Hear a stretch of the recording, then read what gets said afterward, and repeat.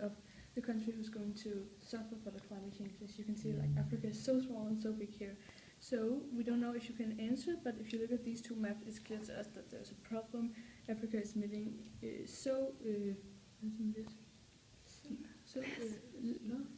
less CO2 than other countries, and they're going to suffer the most. So do you think there is a kind of solution to this problem? That is a huge question. Yeah, I know, but well, God, where to start? I don't know. Yeah, there are different. Yeah, the problematic is very big, but also there are a lot of solutions. I think. But this is like how is this implementation of this is very difficult, complicated. It's not only technical, but also how can we say that political, economic, financial. I mean, the issue is that global climate change is an international issue. It's a global issue. So everyone has played their part. Like you can see, the northern countries have emitted quite a lot, and it's the developing countries that are suffering, as you can see.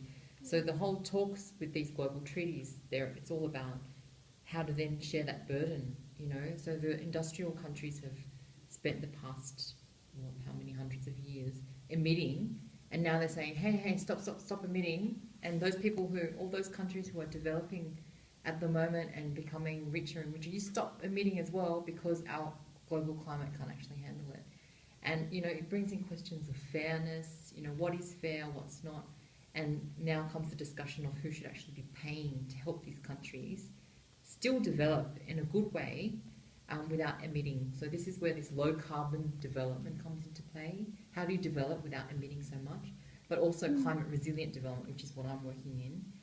How do you actually develop in a country like Africa that's obviously going to be feeling some of the impacts of climate change and try and lessen those impacts at the same time? So yeah, it's a really complex issue with a lot of dimensions, I'd say. Yeah. No, it's not easy to answer. No. Yeah, but do you think it's realistic that Africa and other poor countries will get the support they need? I think so, eventually. I think it's just a reality that's going to be, it's there. We've got this issue. A lot of people are going to die if we don't do something about it. So, unfortunately, it needs to become a political priority first before it can actually become that important issue. And at the moment, issues that are, or whatever, events that are happening in Africa, even the Ebola, like it was really big for 3-4 months, and then it kind of died down again, and it's like 6 on the news or whatever, or maybe comes once every week again. And so it's not we've just got to keep it a priority for everybody, even for people living here, that hang on, these people are actually facing some of these issues.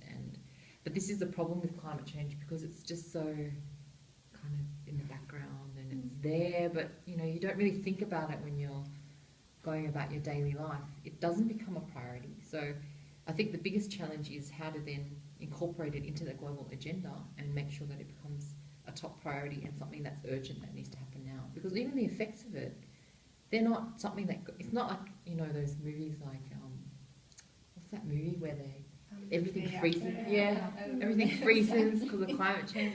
I mean, it's not going to happen in a day, where it happens slowly over time and no one notices it. It's just like, even today, my husband was saying, oh yeah, when I was a child it snowed a lot, and now it doesn't snow that much. And it's like, okay, well this could be effects as well, but you don't notice it. You just go, yeah, it's happening over 50 years or... And there's also, I think, also because the people are not aware that how is this cost, how this impact relation or path between the climate change and also economic changes, and also this kind. For example, they think, okay, now so there is no rain, so okay, but they don't feel like could affect actively how is this, the economy, or for example, they are okay now. There are a lot of mosquitoes, etc., and they think, okay, why is this happening? And we are also like more like sick, etc. And they are not aware of this relationship between for example, increase of temperature with the plagues, etc., or the transmission of So the last question is, why do you work on climate change? Because we have to change We something. have to change the world. We have to save the African people. No, no. Well, I don't know. I got into it. I'll tell you my life history. 2 minutes. But basically, I got into climate change because I was working a lot with forests and climate change. My degrees are in forestry, tropical forestry. I worked in the Brazilian Amazon and Congo and Indonesia. Fascinated by forests. And it's become a very important carbon sink to actually capture some of the emissions. And they're looking at mechanisms to start paying these forest-rich countries to conserve their forests and thereby avoid the emissions that could potentially be released by cutting down forests. So that's how I got into climate change. But of course, I also believe it's a huge issue that needs to be tackled by everybody. And if we go back even further in my life history, I think I was about, 15 or 14 when I first decided I wanted to work with the environment and global issues. When I read a little piece about the beef production from the Amazon, and then I went, Amazon, forest, and that's when it all started. Okay. Yeah, in my case, I am expert on waste. Municipal waste and recycling, and also renewable energies and biogas production from waste. So I started as a food engineer, and then I thought, okay, the production industry produces also a lot of waste that actually could be recovered, and also we as a consumers we produce a lot of waste because we are not aware of, for example, date of expiration, if this is true or not, etc. So we waste a lot of resources.